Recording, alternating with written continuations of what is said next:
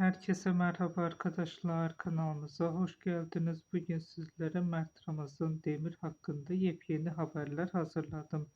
Mert Ramazan Demir son günlerde yeniden magazin ve dizi dünyasının gündeminde. Ünlü oyuncu Yalı Çapkın dizisindeki büyük çıkışından sonra kariyerine hızlı bir şekilde devam ediyor. Son gelen bilgilere göre Demir yeni projesi Delikanlı dizisinde Yusuf karakteriyle ekranlara dönüyor. Bu yapım şimdiden sosyal medyada büyük merak uyandırdı.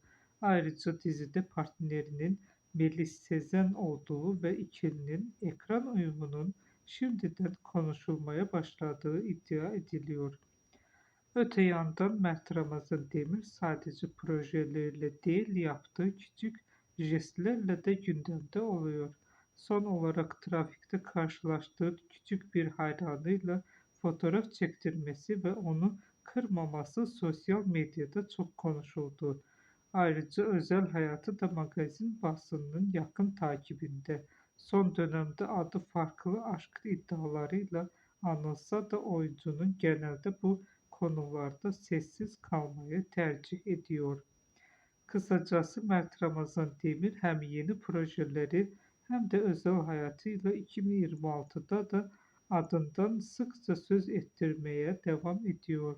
Bugünlük benden bu kadar arkadaşlar. Yeniden görüşmek üzere. Hoşça kalın.